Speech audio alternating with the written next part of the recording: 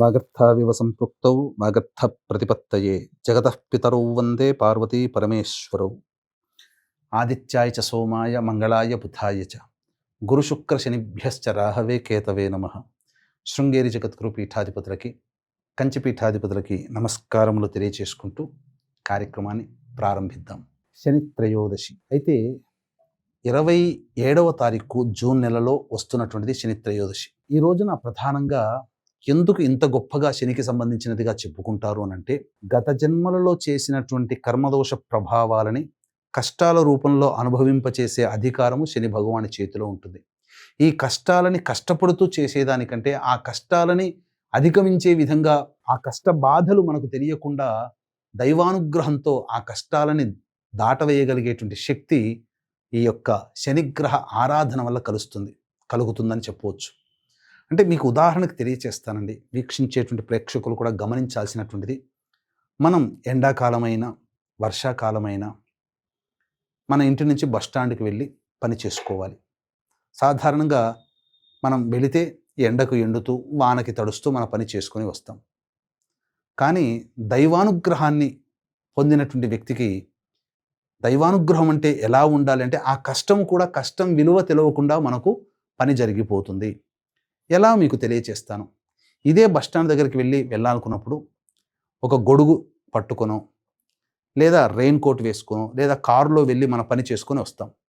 ఇక్కడ మీరు గమనించాల్సినటువంటిది ఏంటనంటే, కర్మ సంబంధమైనటువంటిది ఆ పని చేయడం మాత్రం, వెళ్ళడం మాత్రం తప్పలేదు. అక్కడికి వెళ్ళడానికి మనం కష్టపడాలి. ఇక్కడ కష్టం ఏమీ తగ్గలేదండి, పని ఏమీ తగ్గలేదు. కానీ ఎండలో గొడుగు, వానలో రెయిన్ కోటు లేదా కారు, ఇవి సమకూరడం వల్ల ఆ కష్టాన్ని మనం అధిగమించగలిగే శక్తిని మనం పొంది ఉన్నాం. ఇదే దైవానుగ్రహం అంటే. కాబట్టి ప్రధానంగా గత జన్మలలో చేసినటువంటి పాపకర్మలకి సాక్షిభూతుడు, పుణ్యకర్మలకి కూడా సూర్య భగవానుడు. ఈ జన్మలలో అనుభవించాలి అనంటే పాపకర్మలకి ఈ యొక్క కర్మల్ని అనుభవించే అధికారము శని భగవాని చేతిలో ఉంటుంది. ధనము రావాలన్నా ధనం పోవాలన్నా, ఆరోగ్యం రావాలన్నా ఆరోగ్యం పోవాలన్నా, అన్ని సమస్తమైనవి కూడా శని యొక్క చేతిలో ఉంటాయి.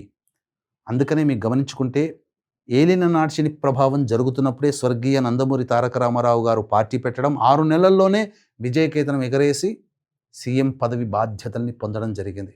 అంటే మీరు ఆలోచించండి, శని యోగించాడు కదా, ఏలినాటి శని ప్రభావం కదా, కష్టాలు పడ్డాడా? బర్తరఫ్ అయినా మళ్ళీ తిరిగి అదే ఏలినాటి శని ప్రభావంలో మళ్ళీ తిరిగి పదవిని రెండోసారి కూడా దక్కించుకోగలిగాడు. అంత గొప్ప శక్తిని ఇస్తుంది శని భగవానుడు. అదే పాపకర్మలు చేసిన ప్రభావం వలన మనిషి ఇబ్బందులు పడతాడు. అటువంటి సందర్భంగా ఆ యొక్క శని యొక్క ప్రభావాన్ని తగ్గించడం కోసం కొన్ని పుణ్యతిథులు చెప్పబడ్డాయి. అందులో శనికి ప్రత్యేకముగా త్రయోదశి తిథి అనేటువంటిది ఉంది. ఈ త్రయోదశి తిథి వివరిస్తాను మీకు. త్రిమూర్తులలో సృష్టి స్థితి లయకారకాలలో లయకారకుడు పరమేశ్వరుడు. ఏది జరగాలన్నా, ఏది జరగకూడదన్నా అన్నీ ఈశ్వరుని ఆజ్ఞ మేరకే జరుగుతాయి. ఈ కార్యక్రమాన్ని మీరు వీక్షించాలన్నా, ఈ కార్యక్రమాన్ని నేను చేయాలన్నా ఆ పరమేశ్వరుని యొక్క ఆజ్ఞ మేర. అంతేకాకుండా ప్రధానంగా త్రయోదశి తిథి రుద్రునికి సంబంధించింది. శనివారం అనేటువంటిది శని భగవానికి సంబంధించినటువంటిది. ఈ రెండూ కలిసినటువంటి ప్రదోషకాల సమయానికి కూడా ఈ తిథి ఉంటే శని త్రయోదశి పర్వణి పుణ్యకాలము.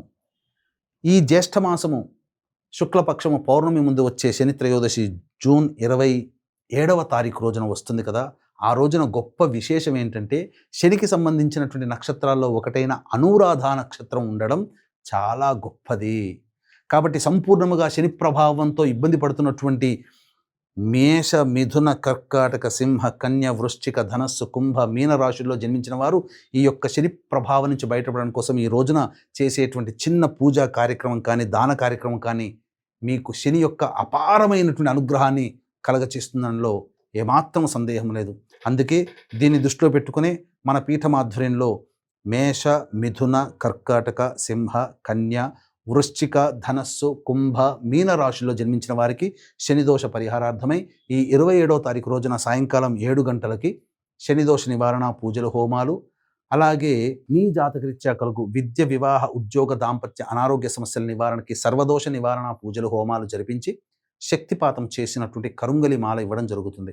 అవకాశం ఉన్నటువంటి వాళ్ళు స్క్రీన్పై కనిపిస్తున్నటువంటి నెంబర్కి సాయంకాలం 27వ తారీఖు 6 గంటల లోపల కాల్ చేసి మీ గోత్రనామాదులు నమోదు చేసుకోవచ్చు. ఇక మీకు మీరుగా చేసుకోగలిగేటువంటి పరిహారం ఏంటో తెలియచేస్తాను. వీలైతే బ్రహ్మముహూర్త కాలంలో లేచి కాలకృత్యాదులు తీర్చుకొని 5:30 గంటల కల్లా మీరు నవగ్రహాల దేవాలయానికి వెళ్ళండి. లేదా 5:45 తరువాత ఈ యొక్క దుర్ముహూర్తం ప్రారంభమవుతుంది.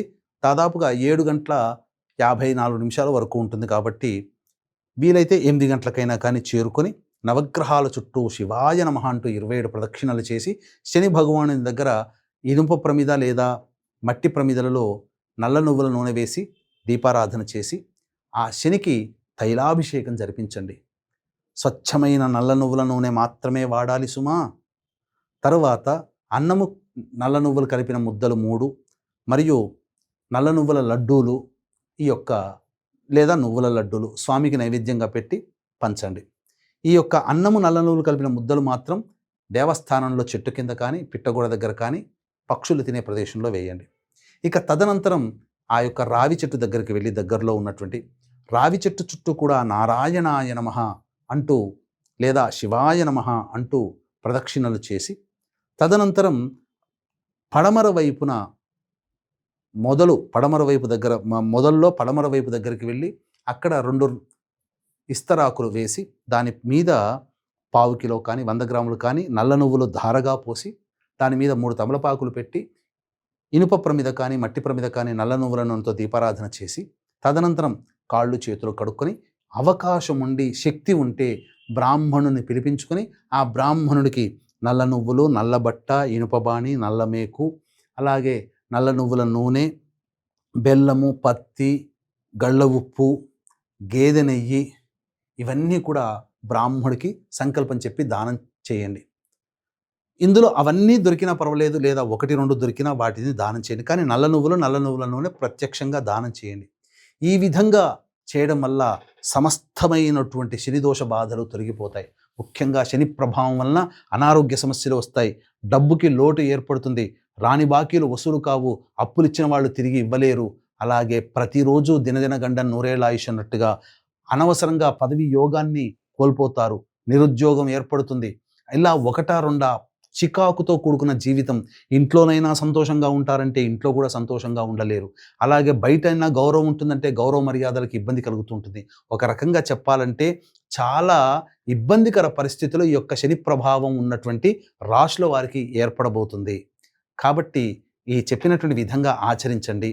మధ్యాహ్నం 12:45 నుంచి 1:45 వరకు కూడా ఈ యొక్క శనిహోర ఉంటుంది. ఈ శనిహోర సమయంలో మానసిక శారీరక వికలాంగులకి తినే పదార్థాలు బహుమతులు ఇచ్చి సంతోషపరచండి. పారిశుద్ధ్య కార్మికులకి కిచెన్ సామాను కొనిపెట్టండి, లేదా 10 రూపాయలు తాగడానికి ఛాయ్ తాగడానికి వాళ్ళకి ఇవ్వండి, సంతోషంగా ఉంటుంది. ఇక సాయంకాల ప్రదోషకాల సమయం వరకు కూడా నిద్రపోకుండా ఉండి ప్రదోషకాల సమయంలో కాళ్ళు చేతులు మొహము నోరు నింట 3 పుక్కిలించి ఉమ్మేసి తదనంతరం దేవాలయానికి చేరుకొని పరమేశ్వరునికి అర్చన చేయించుకోండి.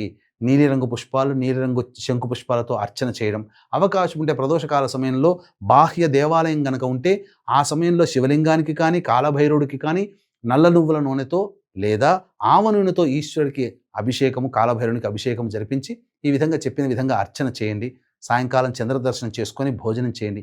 ఈ విధంగా ఎవరైతే నియమాన్ని పాటిస్తారో వాళ్ళకి తప్పకుండా ఆ శని యొక్క ప్రభావం ఉంటుంది.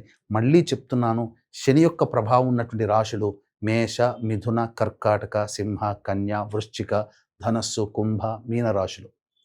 ఈ రాశి వాళ్ళకి ఉంటుంది. శని నక్షత్రాలైనటువంటి పుష్యమి, అనురాధ, ఉత్తరాభాద్ర నక్షత్రాల్లో జన్మించిన వాళ్ళు, శని దశ, శని అంతర్దశ జరుగుతున్నటువంటి వాళ్ళు, ఇనుము సంబంధమైనటువంటి వ్యాపారం చేస్తున్న వాళ్ళు, ఇనుము సంబంధమైనటువంటి వృత్తుల్లో ఉన్నటువంటి వాళ్ళు, అలాగే ఏసీ కూలర్స్కి సంబంధించినటువంటి వాళ్ళు, తోలు పరిశ్రమలతో పనిచేసేటువంటి వాళ్ళు, అలాగే పాతకాలపు వస్తువులు అమ్ముకునేటువంటి వాళ్ళు, వీళ్ళందరూ కూడా ఈ యొక్క వృత్తిలోకి వస్తారు. కాబట్టి సేవకా వృత్తి చేసుకునేటువంటి వాళ్ళు వీళ్ళు కూడా ఈ వృత్తిలోకి వస్తారు. కాబట్టి వీళ్ళందరూ కూడా ఈ విధంగా పరిహారాలు చేసుకోవచ్చు.